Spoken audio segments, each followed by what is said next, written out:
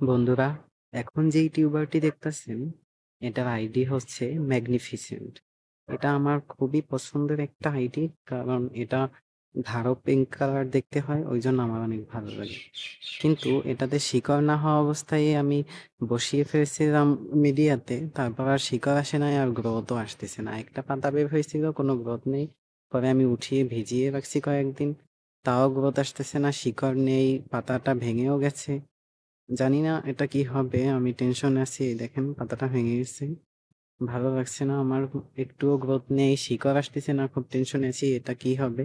কারণ এই একটাই টিউবার বর্তমানে আমার কাছে আছে, ম্যাগনিফিসেন্ট আইডির। আর অন্যান্য যেসব আইডির টিউবার আমি বসাইছি ওগুলোতে শিকড় ছিল, ওগুলোর গ্রোথ আলহামদুলিল্লাহ খুব ভালোই হচ্ছে।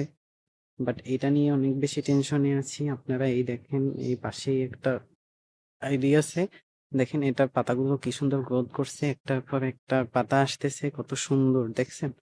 এটাই হচ্ছে গ্রোথ, অস্থির একটা গ্রোথ। আর ওইটার জন্য আমার খুব টেনশন হচ্ছে, কি হবে আমি জানি না। দেখেন পাতাগুলো কত বড়।